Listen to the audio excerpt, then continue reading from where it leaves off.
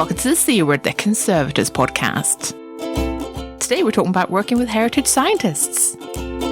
I'm Jenny Mathiasson, an objects conservator based in Carmarthen in Wales.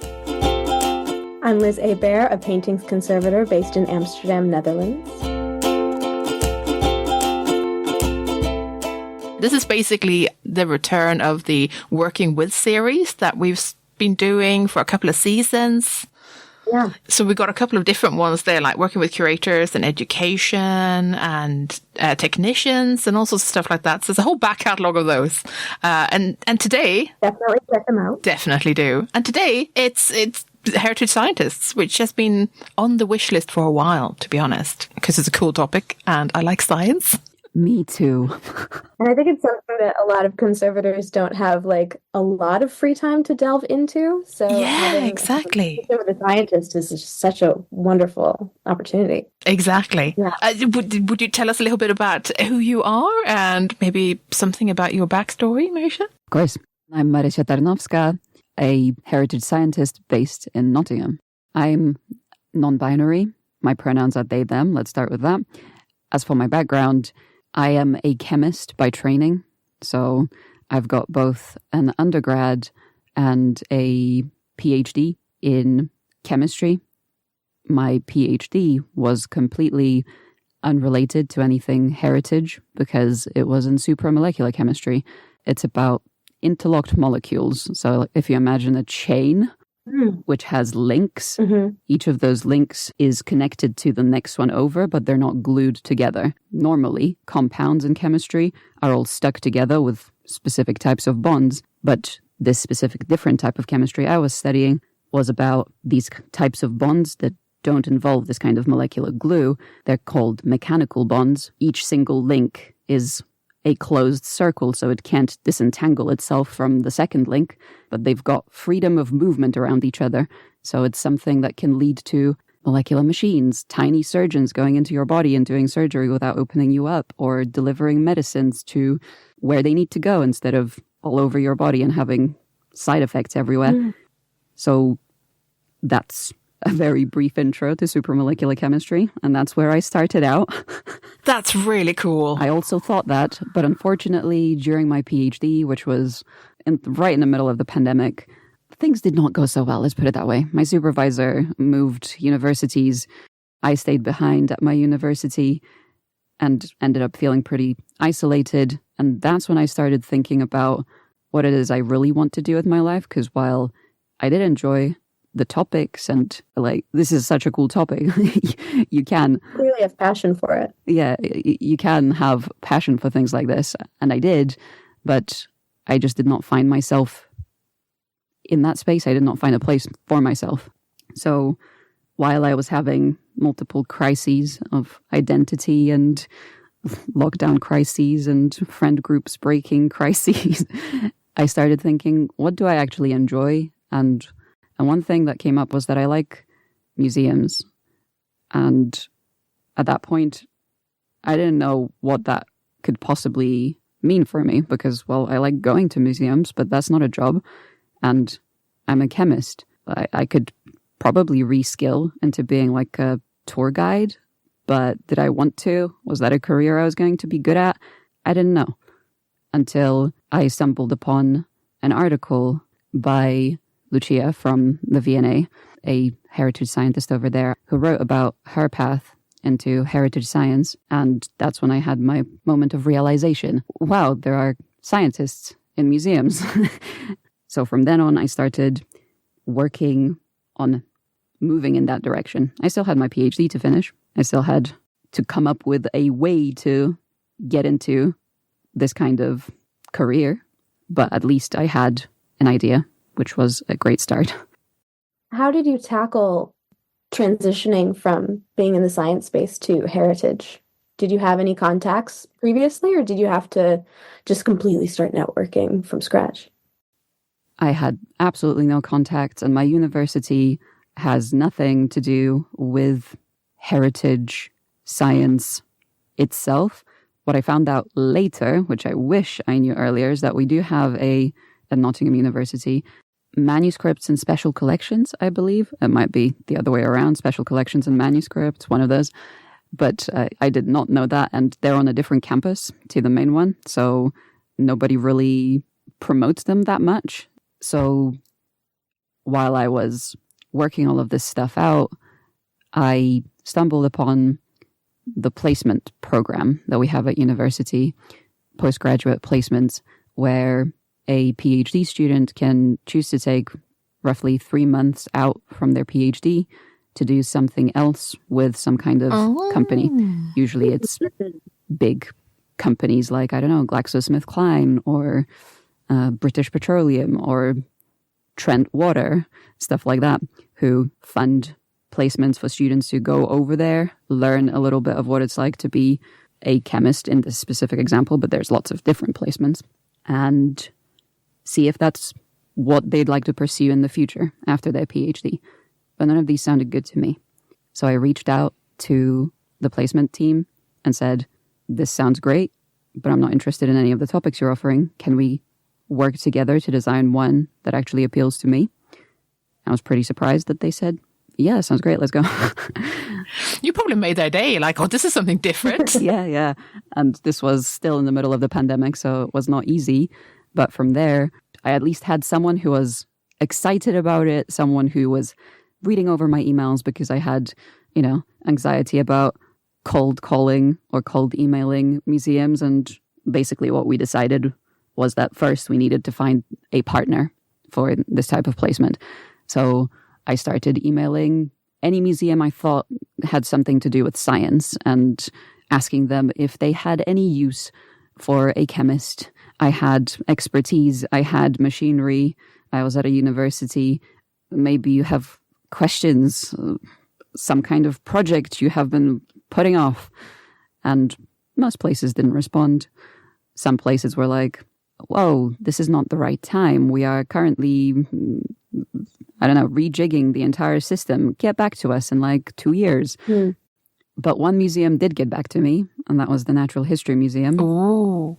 My collaborator, Ren Montgomery, she's great, got back to me and said that the Natural History Museum has all kinds of questions about science, always. That is what they deal with every day. Why don't we meet? Why don't we think about what I can help them with, what they can help me with, how we can move forwards? And that's where it all began. But that's not the end of the story, because of course nothing ever ends so simply. Turns out that there was no funding for me anywhere. Oh. I had collaborators, I had the placement team on my side, but I was in the middle of the pandemic, and the university simply panicked, did not have the spare funds for anything. And the museum was also not in a great place with lockdowns, so it was not an easy time to have started all of this. No. So for me, that meant I was so much closer to achieving what I wanted, and yet still so far away. I had already met with the scientist, Ren, and I met the paper conservator at Natural History Museum, Constantina Constantinidou, and we came up with a project that I could try and help them with, but no money. So for the next few months, I ended up emailing more people, begging for money, whether it was people at the university, anywhere from students' union type things, to course reps, to the vice chancellor, anyone who sounded like they might have ideas or different approaches for me. Nobody had really great ideas until I got in touch with what we have at the School of Chemistry that's called the Business Partnership Unit. They're basically a group that facilitates collaborations between external businesses and the university. Whenever somebody wants to, some smaller business does not have the equipment to run their own analysis on something, but they have questions and they want to find out something specific about what they're making usually, or what they're working with, or some safety aspect of what they're doing, they can come to the university, and we have the equipment. The university has the experts that know how to use the equipment, so we can come together to facilitate this kind of project. Yeah, that's a very, very clever partnership, like a good workaround. Most universities have lots of equipment of very different kinds, because you've got to have it to teach people how to use it. And it might not be always being used. Sometimes equipment isn't necessary all the time, and there's lots of downtime where it's not being used, but it's still needed, still has to be taught to people. And that's where such entities come in. Can I ask what the project was that you had in mind? Constantina is a paper conservator, and the Natural History Museum has a library.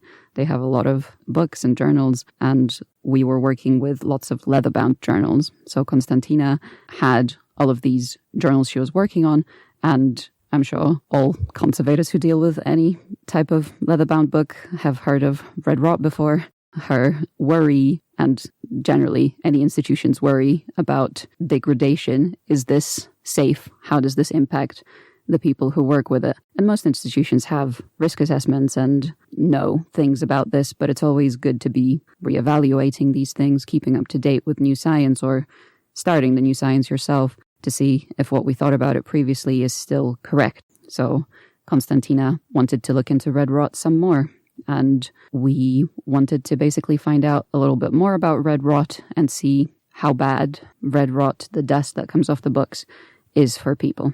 So my expertise was not at all in this sort of chemistry, but supramolecular chemistry is basically a mix of all different types of chemistries anyway. It comes with such a broad skill set that I did not find this the hard part of the project at all. It was lots of learning new things, but for me, learning new things was just what I did. What was slightly difficult is that the chemistry department at Nottingham does not have anything to do with heritage. So while there's lots of people using these various techniques, nobody could tell me about specifically using it on the materials I wanted to use them on. So I didn't have a supervisor, let's say it. I was reaching out to a different museum during this project because in the end, as I was saying, I didn't have any experts around me on the topic of leather. So I decided, well, there are experts out there somewhere. I'm going to find them. So I ended up working with the Museum of Leathercraft and the Leather Conservation Centre and University of Northampton's Institute for Creative Leather Technologies. Oh, those are nice people. We've actually done a whole leather episode with them. So yeah, it's really nice. In the end, the way I did end up acquiring funds for the project was through internal grant money at my university, through research councils. Oh, clever. The academic landscape in the UK is dominated, sounds kind of mean, run by, let's just say, by research councils. And the science one, they have money to give to universities. Sometimes professors or groups of professors, some consortia, etc., can apply through specific grant calls and stuff like that. And there is a second one, universities get some of this research money for usually like innovation purposes, so they can seed their own little projects inside the university that might be for smaller amounts of money, but will be fast, because that's what's usually important in these sorts of cases. So that's what we ended up doing. But yeah, what started out as a idea for a placement, which was going to be basically a 3-month short thing where I would learn some things, maybe do a little bit of lab work, grew to like much larger proportions because I ended up applying for this grant and I ended up winning £10,000 to run this project. It was doable. This was a respectable amount of money for a few months of work, though I ended up spending so much more time than I had planned and thought, because it was interesting and because... Does tend to be the way. And because I'm really, really not that good at estimating how long it takes to analyze things and write them up. To be fair, this was also a new area for you, relatively speaking. Like this was fresh ground. You were breaking new ground here. So it makes sense that, you couldn't get everything right in terms of the estimates because it was new. And I think that's just how we all work, isn't it? Because I don't know about you, Liz, but if I embark on a new type of treatment, for example, for an object on my workbench, I have an idea, but the idea quickly goes out of the window if it's something brand new that I've never done before and I'm having to learn it from scratch. Almost definitely. And that's why it's called an estimate. So when you finished your placement, how did you start approaching finding a job or starting your career in heritage science? So I'm still actually finalizing the publications that are coming out of this project because science is incredibly slow moving. So I'm currently still talking to my collaborators and we're going through, like 10 rounds of corrections because the commas are out to get me. So we need to fix the commas. But more seriously, just like, this sounds like a good idea in my head. And then I put it down on paper and then the scientist I'm working with reads it and they're like, oh, cool. This makes sense. And then we show it to our collaborator, and the conservator is like, do you really need this in here? This is boring to read. I would not like to read this in the paper. Can we move this to the appendix? I really feel like I'm like that, where I'm like, do we need this? Can this be shorter? I feel like I'm that person. And that's perfect. Like, that's exactly the kind of feedback I need. It can be slightly painful to hear it in the moment because I did just spend hours writing it. It's how anyone feels publishing anything. As soon as there's editorial comments, you're just like, my baby, why? Exactly. But I want someone to be able to read it and to, well, maybe not enjoy reading it because it takes a very specific kind of person to enjoy reading published papers, but to be able to read it without like wanting to hurt themselves or just stop. I completely understand what you're talking about because I'm just coming off of my master's program, so I did quite a lot of readings over the last 4 years, and these articles can be exactly what you're saying, incredibly difficult to enjoy or get into or have any like dopamine spark that makes you want to continue reading. Yeah. And like, I'm a scientist. I'm supposed to, like, I don't know, enjoy these, live on the papers. This is a big part of the PhD. You have to read the literature. You have to be up to date on it, which is impossible. But I find it pretty hard to read papers as well, even though, like, I do have a PhD now. So it sounds to me that the trick to becoming a heritage scientist is actually be a scientist and get interested in heritage, and you might be there. I have a unique path into heritage science, but what is common to lots and lots of scientists in heritage is that they do not study heritage science at university because there are only a few universities that do have such courses, and they exist, and those courses are, I'm sure, great. I do not know them personally, but since there are few of these courses, many, especially older heritage scientists, are people that did not study this because some of these courses are also more recent. So older professors are going to be people who just studied chemistry, biology, physics, geology. Among the heritage scientists that you know and communicate with, how does everyone coming from different fields of chemistry backgrounds affect the conversations that you have about heritage? Interesting question. I don't know that many heritage scientists yet to have talked to. I am hopefully going to be getting to know more of them. I think once you're going through these types of degrees, there isn't much difference. We all have different specialisms. We all know lots in one specific direction, but the kind of foundations we have are similar enough that it's not that hard to understand each other, and it's not that hard to talk about things. We all know a kind of ground level of both science knowledge and what techniques are used in these fields. And if you don't know a specific technique, it's pretty easy to explain it to someone else because it's probably similar to some other technique they do know. It's enough of common ground to get on with, yeah. What about your communication with conservators? Do you find that most of the conservators that you work with are familiar with the techniques that you're using as a scientist, or do you have to explain and kind of like put it into layman's terms for them? Definitely more of the explaining, especially because the university I was at is not a heritage science specialism. It's a pure chemistry department.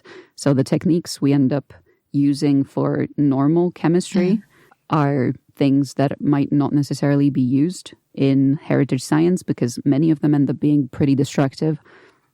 I ended up doing some destructive analysis for this because some of the books I was working on were deaccessioned from the collection and they had the go-ahead. Yeah. I, for example, used ICP-MS, that's inductive plasma coupled mass spectrometry. This is a technique that lets you look at the heavy metals and a few other elements in a sample of something you give it. It allows you to quantify exactly how much of specific heavy metal you have. So it's good in industry to use for establishing permissible limits of heavy metals in objects. I was looking at commercial permissible limits of heavy metals in leathers that are being sold on the market currently. There are different categories like wearable leather or decorative leather. I chose decorative leather for mine because books are something you should not be wearing, hopefully. Yeah, that's true. You don't necessarily have extended body contact with your favorite book unless you go to bed with it and hug it, I suppose. But yeah, it's exactly. Yeah. There are instructions on how to use products as intended. Usually, books do not come with that instruction. Please do not sleep on your book.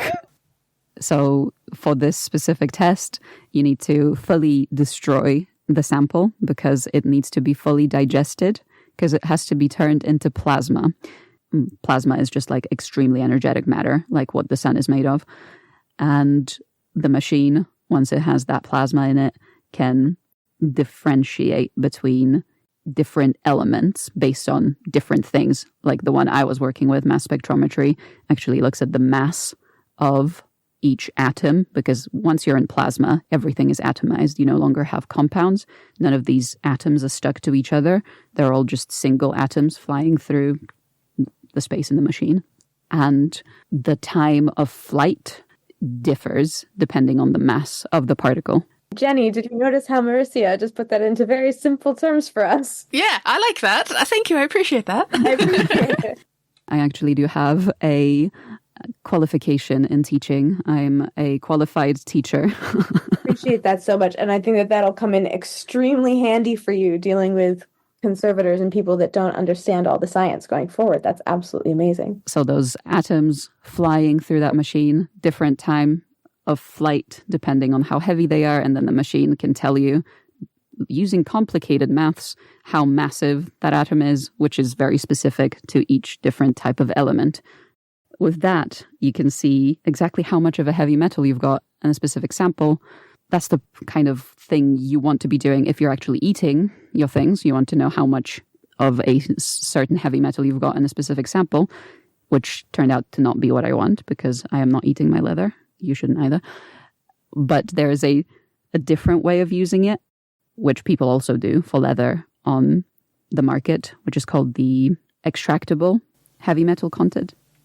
And that's when you make an artificial sweat solution. Does not smell. It does not have any of the bacteria that you have in your sweat to be smelling. It's just a few different chemicals mixed in water to be salty, basically, because our sweat is quite salty. And you throw your pieces of leather, finely chopped, into this solution. You stir them like it's a little cooking show in warm water for 4 hours. And you see what comes out, because what you're doing with your book is you're touching it with hands that are slightly covered in sweat. No matter how little sweat you think you have on your hands, it's there. Even if you don't feel sweaty, it's there. So that's a way of finding out how much comes out of the leather into the sweat. And then you can take that extraction to the machine, turn it into plasma, do the same thing, and see how much has come out of it. I love it. That's such a good way of figuring out how much you get on your hands. That's so good. It's so interesting what you were saying, going back to how not every heritage scientist has studied heritage science specifically. Because I'm a keen user of Reddit, and on r/art conservation, it quite often will get scientists coming to the subreddit and asking, hey, how do you get into conservation, or like, how do you work in museums, that sort of thing. And often they'll ask, do you think I should be a conservator? And often people go with, we really need heritage scientists. Have you considered being a heritage scientist? And they're like, oh, I didn't know there was a thing that was available. And then the whole thing starts up again, where it's like, actually, yes, it totally is. You don't necessarily see a huge amount of jobs being advertised as a heritage scientist, because that tends to come up a lot, that you don't necessarily see the job adverts, but that it's definitely a thing there's a need for, and that it is an option, but there might not be a very clear path into it necessarily. But so there's interest there. There are definitely people in the science community who are like, yo, heritage, that'd be nice. And yeah, that's an option. Yeah, I have so many opinions on that, because I didn't even know that this existed. Just like you guys were saying, those people on Reddit didn't know this existed. I didn't know either. And this is because traditional chemistry departments, from my experience, do not consider things that are this applied to be, I don't really know if they don't consider it to be real science, or if they don't think it's big enough. Maybe they don't consider it to be worthy within their sphere of science. Exactly. There's a lot of interesting values attached to arts and culture that some people really value it, but in other cultures and in other fields, it's not really seen as all that fancy, if you see what I mean. Perhaps in the sciences, it might not be associated with big bucks that doesn't have giant grant pots with it, or it's not something that's very well funded, or it doesn't lead to like the big publications that maybe a lot of academic departments are often driven by. You know, if we can glam it up a bit, then maybe we could change the image, and we could actually start making this something that actually chemists do value, for example, and stuff like that. Definitely. So what I would like to see is that I think most chemistry departments have a series of lectures or some other way of telling their students what they can do with their degree, because the simple truth is so many people study chemistry and only so many of them are going to stay at the university. This is tragic. Many of us would like to stay at universities, but there are simply too few posts.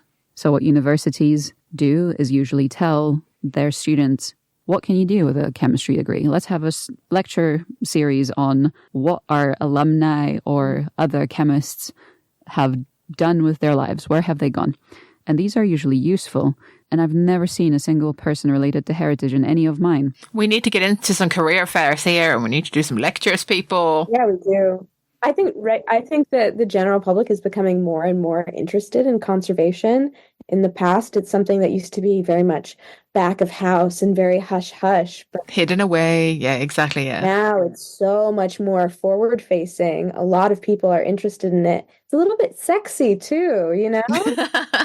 Exactly what you said when you were drawing up your mind maps and trying to figure out where you wanted to go with your career. You thought how much you enjoy museums. And I think that's a very definitely normal hobby for people to have, and something that would be intriguing and very different from most of the other paths that are proposed to scientists.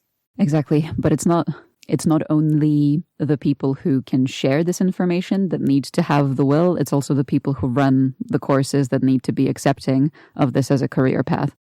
I don't know if I went up to my old lecturers and said, hey, I can do a lecture on how to get into heritage science, if they'd be willing to look at that sort of thing. So I'm not even that enthusiastic to try and do that, because I'm already fearing that rejection. I would imagine a lot of people probably feel the same way. But maybe there's something here about like sort of lumping together, or, you know, like combining efforts, maybe almost lobbying for this. I mean, I know that ICON has a heritage science group or network, for example, and there's definitely things like the National Heritage Science Forum and stuff like that exists in the UK. Like maybe there's something there about the sort of banding together and being like, hey, we are actually, you know, an industry to, you know, actually talk about. And maybe there's something there about sort of like really starting to basically tell people we're important. Did you know?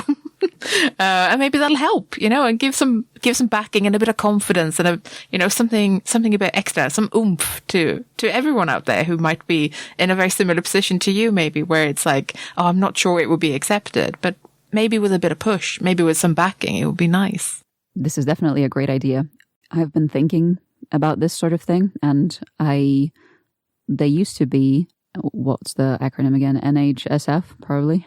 that one. Group on one of the social media things where early careers heritage scientists might have talked or might not have talked. I'm not sure. But it died very quickly. So I don't know if this is too few of us in this country, and we are now slightly less connected to Europe, so we can't have a pan-European thing as easily. What the European Union has that I think is very interesting, and I've been looking into it more and more, is I don't actually know how anyone says this acronym out loud. e-rihs, E-R-I-H-S. And this is a large network spanning the entire European Union, which connects heritage scientists with hubs in specific countries. And I'm Polish, so I've actually looked at the hub in Poland and what they do. And what I found really cool is how they run it over there. This is obviously funded by the European Union, so a very different model of running things than what's happening right now in the UK, because the universities and other institutions that are part of this kind of network have calls for projects from institutions or anyone related to heritage science, where they can propose what they would like to see, what kind of questions they'd like answered about their collections. And then the scientists over there take up the projects that they think they can help with, that they think can lead to publication for them. And then they collaborate together to do this project. And this is funded by the European Union, so it doesn't come out of the institution's money, which is one of the few ways that this kind of work can get done. To get into heritage science, it's so hard because this is a very instrument-based sort of science, and only the big museums, the big institutions are going to have, or universities, the equipment needed for that. So a small local museum would maybe like to work with a heritage scientist, but they will not have the money to hire you or the money to buy you anything you would need to actually run your experiments. There was a workaround for this in the Netherlands for many years.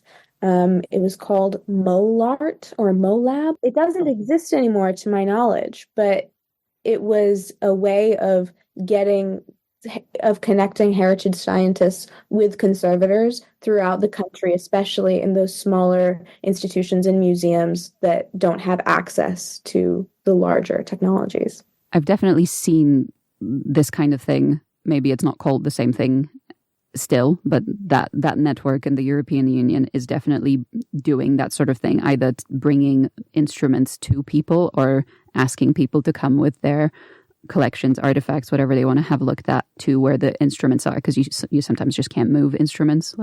No, that makes sense. I've seen what a scanning electron microscope looks like, and you can't move that. You're coming to it. That's how it is. It's a room. Exactly. So it very much depends on what kind of instrument we're talking about. But what I've seen from these hubs is just such an amazing diversity of the different things that people were doing, looking at, mummy sarcophagi and very faint inscriptions on a sarcophagus that could no longer be read by human eyes, but could be looked at with multispectral imaging and then be read and provide some more information about who was inside the sarcophagus, etc. I was just blown away by how much cool science is happening. But to be a part of this, because I was like, okay, can you hire me right now? To be a part of this, you have to be a researcher at the university, and you just kind of volunteer your time to the project. It's not a job these people have. It's a part of their job. If they get papers out of it, that means they can keep their job and continue being a professor. How important is it to continue producing papers as a heritage scientist? At institutions, I imagine it might be different because there's probably a lot of internal stuff that is useful and is going on, but that doesn't make it into papers because people either don't value it as much or don't have the time to publish, but they're still fulfilling their roles as heritage scientists for the institution. So there, it might be less crucial to keep the job. I do get the sense that there are some museums where the research element is a greater focus and something that the museum is willing to invest in, which I appreciate because museums have a lot more funding than anybody working privately. They should definitely be putting their energy towards research. It is actually worth saying that some museums, yes, they're very research heavy, or there's definitely like a dedicated arm of research to them sometimes. And obviously, that can be a way for them to get funding, for them to be like, we have researchers and we're going to bid for these pots of money. And then it's similar to university in that sense of like, we're going after this pot of money and this is research grants and this is what we're going to get. I hadn't even thought of that. I would think that at a museum, a lot of the drive for research would be coming internally, but you're saying that you still have to go to an external source. Often it would still be that competitive nature of like, this is another way of getting money into the museum and then paying for your researchers to keep doing their jobs, which they're there to do. So it does depend. There are different models. But again, there's a competitive element to it, I think, in a lot of places. From what I've seen is that museums are classified as independent research organizations. They can do research just as much as universities can, but they are still getting that money from the same research bodies. So it's universities competing with museums for the same pot of money, though museums more often can access a different research council. You can access AHRC, the Arts and Humanities Research Council, though that council generally has smaller amounts of money than the science one, simply because people assume that the arts and humanities do not need as much equipment to be done as the sciences. Whether that's true or not, that's a different question, but that's, I think, the assumption going in there. So museums can apply to both AHRC and EPSRC to try to win the funding. And from what I've heard from people talking about these different grant applications is that if you're looking at an interesting collection, but using science that's already established, you might have better success with AHRC because they like the story behind your research. If you discover interesting things about the collection, about who was working on it, what it's made of, I don't know, trade routes, interesting things to do with it, that will be their kind of thing. If you're developing a new method of looking at your collection with scientific equipment, that's where the EPSRC is going to be interested. They love the word novel. And that's why all the grant applications, I see my peers, professors, and they pack that word in there. Novel application of this random technique into this new field you've never heard of. And then the money might appear. That sounds right. But it's worth saying that if you're a smaller museum, for example, that obviously doesn't have amazing scanning equipment or people who can run those things and, all of that, sometimes you can approach bigger museums that might have that equipment and suggest something. It might tie into something they're already doing, or much like with universities, equipment isn't always in use necessarily. There might be some sort of collaboration you can do there. This looks different in different places. I know in Wales, where I'm based, a lot of smaller museums can go to the National Museum, which is an independent research organization, and can ask to have things done or looked at.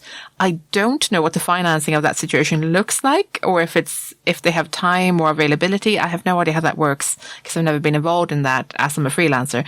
But I know that it's a thing that people can do. So people can approach the National Museum of Wales to do things like that if they're very curious about something. Oh, it'd be interesting to know what, if anything, the National Museum does in order to encourage that, or what information is already out there that's accessible for those smaller museums about collaboration. Yeah. I mean, they have a website, of course, and stuff like that. So, but yes, there's some stuff out there, but I don't necessarily know how popular it is or how much capacity they have necessarily. I know that at the moment, for example, the National Museum of Wales is going through huge funding cuts, like 1 in every 10 jobs at least is going. So I don't know what the landscape of that looks like now, or whether that's maybe even an area that's protected because it's part of research grants. I don't know. But sometimes you can approach places. I know a little bit about this because I've been trying to put together grants and send them off to win further funding for interesting projects I like to do. And what the AHRC, for example, values a lot in grant applications is a connection between large museums and small ones. So this actually makes your application look better for the reviewers, because the goal of HRC in these grants is to basically build these networks to connect these places together. I think in such a case, you would win the money from HRC, and the small museum would not be paying from their own money for analysis to be done, because that would be what's covered in the grant.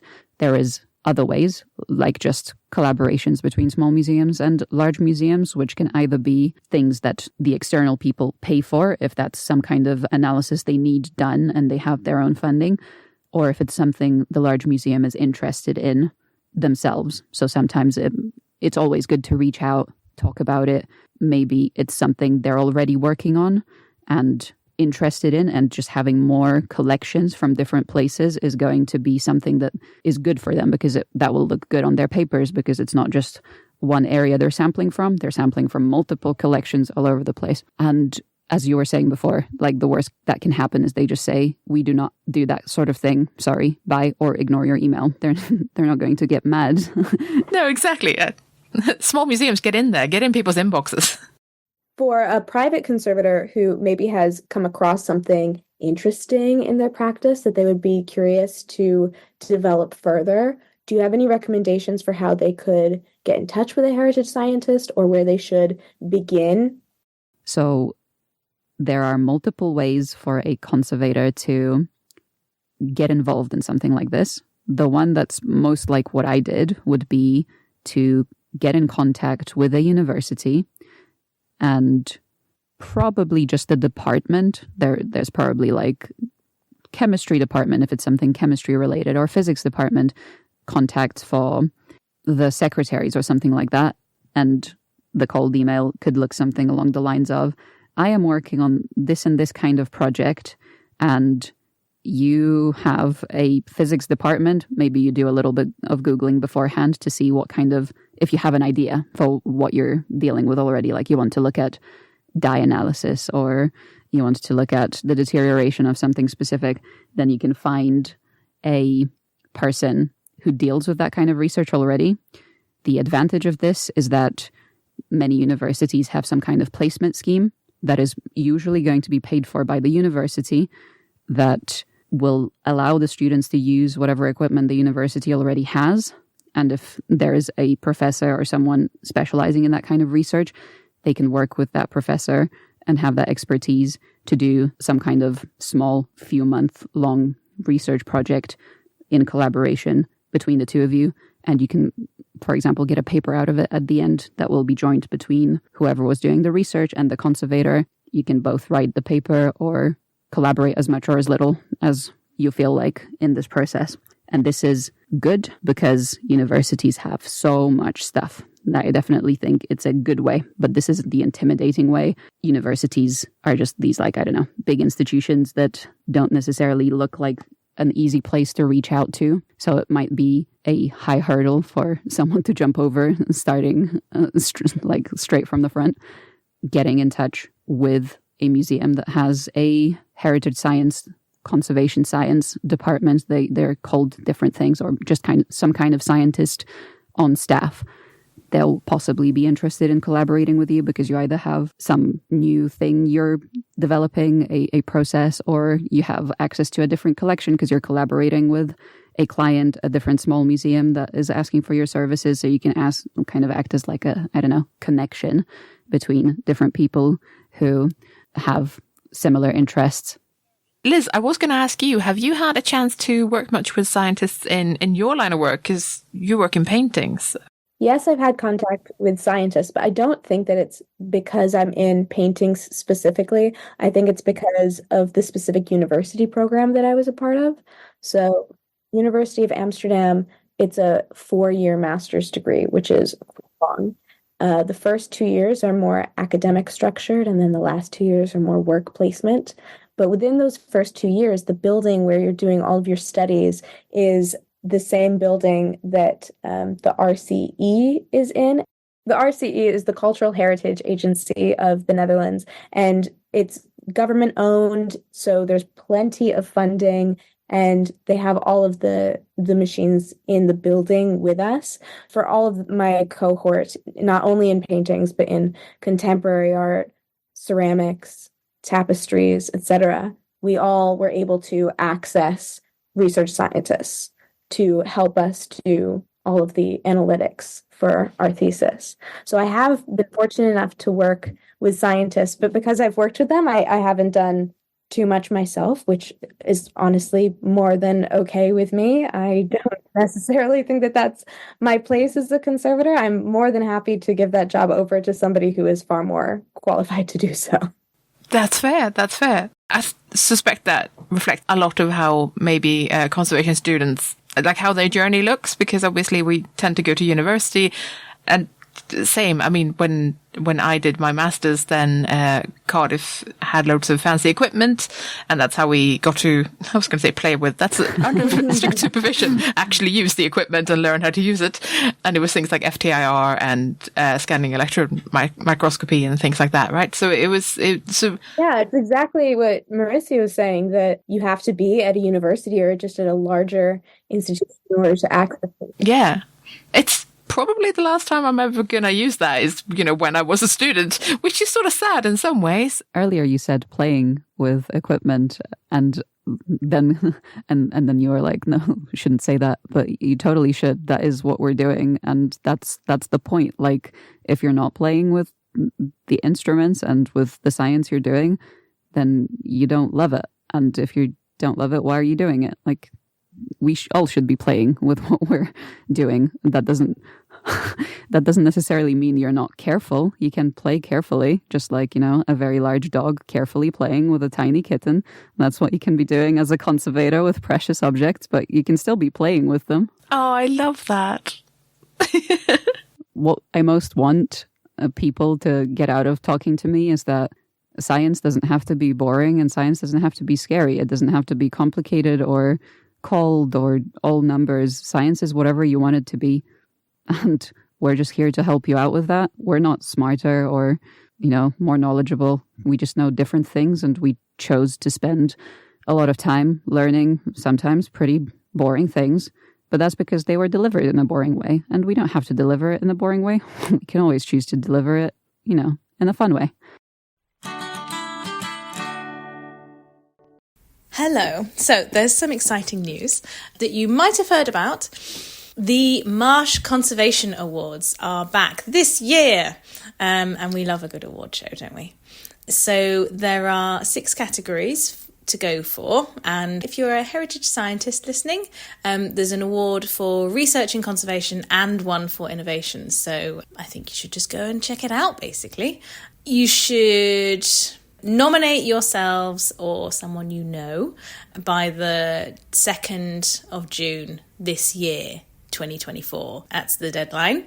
And we'll put a link in the show notes, and you should definitely apply because everyone loves an award. And just before we are joined by a lovely interviewee, I'm just going to say a huge thank you to Louisa, who joined us as our patron. Thank you so much for joining us, Louisa. You can join us on Patreon and support the show by going to patreon.com/thecword. People who back us on there get extra content, glimpses behind the scenes, and there's a couple of extra things in the works as well. But you also get extended episodes and other good stuff for as little as the price of a cup of coffee per month. Thank you so much, Louisa, and to anyone else who considers joining us. My name is Josep Grau-Bove. I'm an associate professor of heritage science. I work in the Institute for Sustainable Heritage in UCL, and I'm an engineer who loves working in conservation, preventive conservation, and related fields. That's really cool. I'm always curious about people's backstories. How did you, as a presumably pure engineer, encounter heritage and get involved in this? I had a very clear future ahead of me when I finished my engineering degree because I come from a very industrial area. And it was relatively easy for me to work in the chemical industry with, oil refining and all that. And I did that for a bit, actually. But I really wanted to put my knowledge in use in a field where it could do some good. And first I thought about, environmental science, but I always liked the arts and the humanities. And then I found this field. I started emailing people. I thought I would end up doing my PhD in Italy, I figured. But, the UCL was the only place that answered. Oh, So wow. I ended up here. What was your PhD about? I did my PhD on the effect of particulate matter in indoor heritage. So I was monitoring and modeling dust, basically. To be fair, we worry about that a lot. So that is good science for us. That is good stuff. It was a lot of fun, and I learned so much because I came to it wanting to do complicated simulations of air and how it behaves and so on. But that was a very partial aspect of what the PhD ended up being. I learned a lot speaking with the staff that was cleaning the historic houses. Yeah. They told me about the different types of dust they were collecting. It was darker in some spots. It was kind of grayish in other spots, and that correlated with chemical composition. This persuaded me that it didn't matter how sophisticated my models were, like my predictions of dust deposition. The cleaners will always know more than me. And, this philosophy I've carried away from my PhD and all our other projects, that there's always some sort of non-scientific kind of knowledge that can revel it in insights, but it doesn't have the same prestige. Yeah, no, absolutely. I love conservation because it sort of has the overlap of the two. It has the science, although not nearly as sciencey as it is for you guys, but it also has this sort of, craft aspect of like really, it's experience. How a tool responds in your hand, depending on what it is you're cleaning off or something, it's all this stuff married together.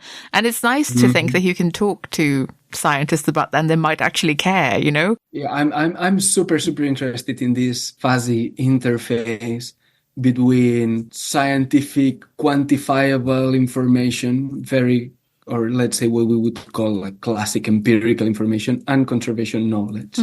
And how the closer you get to this interface, the more you realize it's a lot fuzzier than what people think. Yeah. It's a lot fuzzier than what both scientists and conservators think. The problem is I meet many conservators that are happily to admit, I don't know enough chemistry. But I rarely meet scientists that would happily say, I would like to work with museums, but I don't know enough conservation. I sort of find that quite beautiful, that there's sort of this obvious insecurity on one side and the other one's like, I don't want to know. I quite like that. It's very human, isn't it? It's so human. Yeah, it is. It is. I think it's something that Marysia was saying earlier in the episode was that that's sort of a lot about these insecurities and not feeling like you're not knowing enough and almost having imposter syndrome about it. Like, I come here with my knowledge, but I don't quite know how it interfaces. Yeah, it is also a heritage scientist has typically been trained in a very specific area. Like there are very few universal heritage scientists, if any. Like there are some people here and there that have had a very diverse experience and would know a little bit of materials, preventive conservation, analytical techniques, and all that. But most typically, you do your PhD and you become an expert in synchrotron analysis, whatever. And then with this hammer in your hand, you see nails everywhere. So the issue is that we have, for every problem in conservation, we have an infinite number of possible scientific solutions that would fit. And it's a little bit random when you speak with a scientist, then depending on their background, they will be persuaded that their solution is the right one for that nail.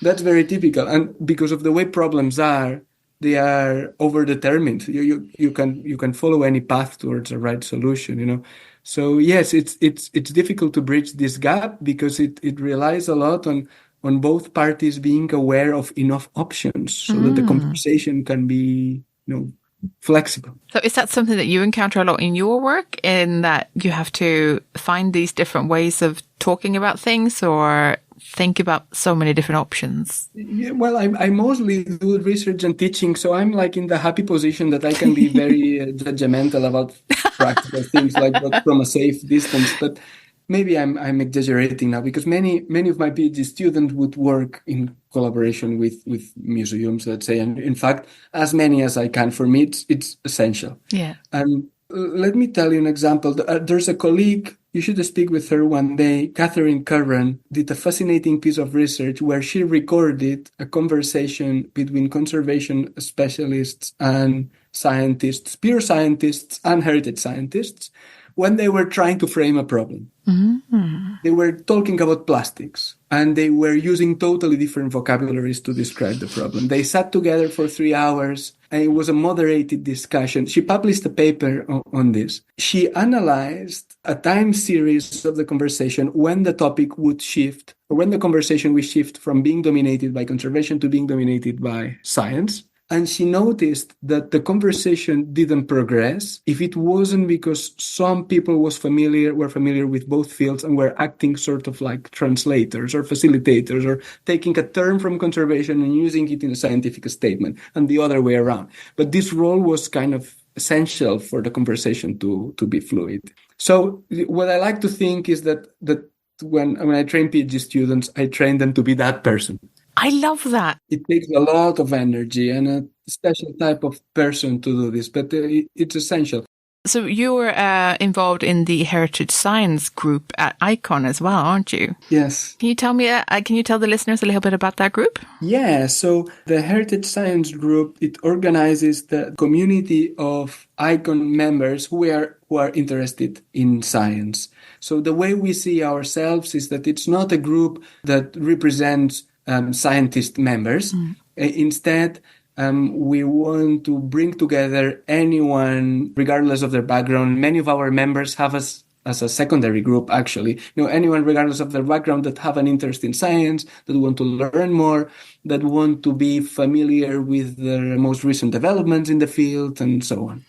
In fact, I've been the chair for some time, and now I'm the co-chair together with Helen Wilson from the National Archives. Our main priorities right now are writing bits of small contributions into the ICON magazine, explaining recent advancements in heritage science in a way that highlights their benefits to conservation. And we are also really interested in being a bridge between the big infrastructure developments that there are and practicing conservators.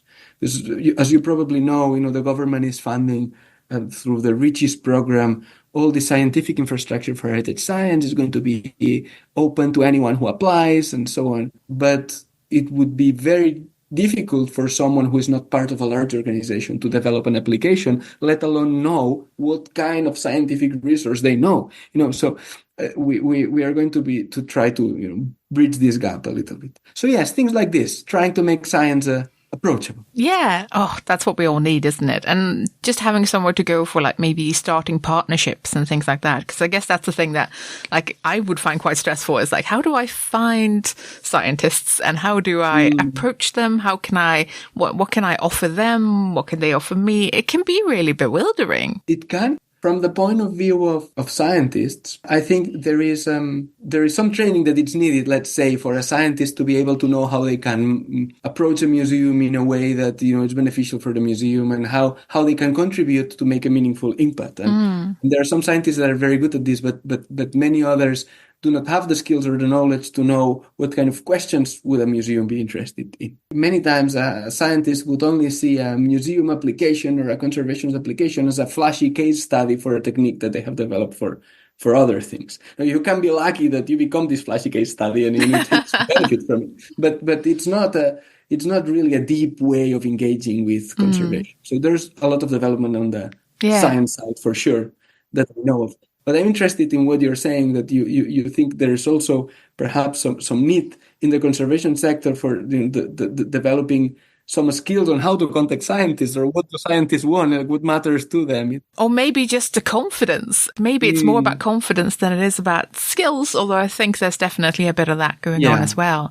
In the lab, we get frequent requests for like collaboration or offers of samples and so on. And I can tell you clearly that the ones that succeed, because we do say yes sometimes, are the ones that align perfectly by chance with something that we need. And the way to ensure that they're aligned is when someone has read a recent paper and knows we are interested, we are analyzing dusty paintings, and someone comes to us saying, "Well, I have a very dusty painting." I cannot say no. I really appreciate that. It sounds quite obvious, but it's like that. And I think very few scientists would resist an additional nice case study on something that they know a lot about. No, in our case, we have tried different ways to make public calls for access. We operated the Mobile Heritage Lab for some time, and with that, we had a form online saying, what problem do you have? What would you like scientific equipment for? But even then, we had to add a drop-down list where people had to select which PhD student project they would be most aligned with, just as a way to encourage applicants to engage a little bit with the website and explore the topics before submitting. Yeah. And that was actually quite useful. Yeah. But then after that, if I can align it with an MSc dissertation or something like that, I tend to accept a few things. So I don't think I'm alone in this. Many scientists would, but it's a matter of making it fit. Yeah, exactly. So maybe the recommendation to people who are listening might be just try it. Just try reaching out. Oh yeah. The worst thing they can say is no. Exactly. And something that matters a lot is a willingness to support a student or to let the data be used. That goes a long way because then there's a clear benefit to the department if in the case, because many scientists would not be prepared to charge for a small service and so on. It's not in their business. Some would, but it's not typical, So if they can see a direct connection to what so they can say, oh, that solved me a problem because I have one more sample for a student, or I have someone who I know can meet with my student a couple of times, give them some context of how their evidence is going to be used. Yeah.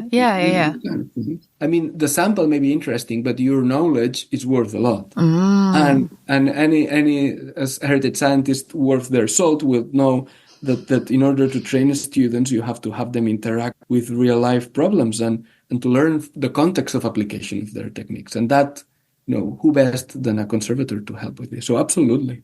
Is there anything that you wish that conservators listening to this right now would know about working with heritage scientists or about heritage science in general? Yes, there is.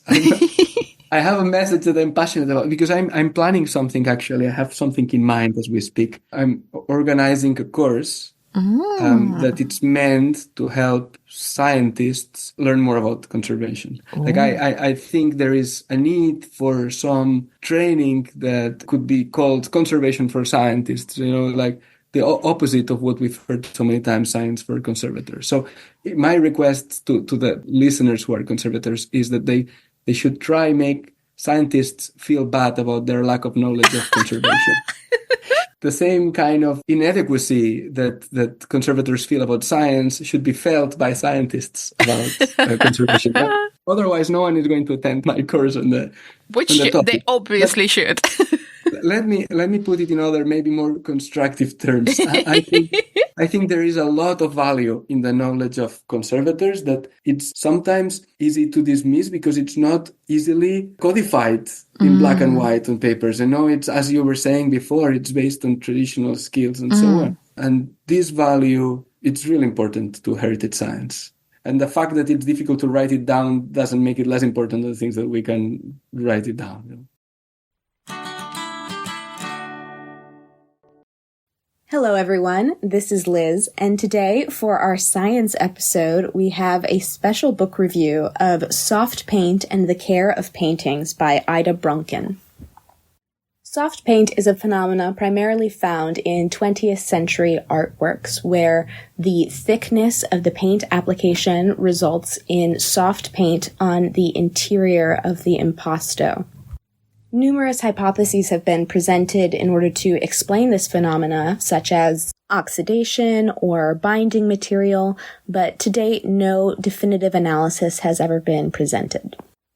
Brunken's interest in soft and dripping paint began in 2007 when she was employed as a conservator at the Henny Onstad Arts Center in Norway. While there, she investigated a painting by Jean-Paul Ripoyer, which contained soft paint.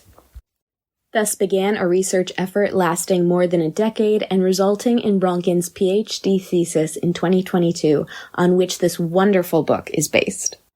Bronken's introduction describes the current state of knowledge into the topic and establishes the case for research into the soft and dripping paint in 20th century art.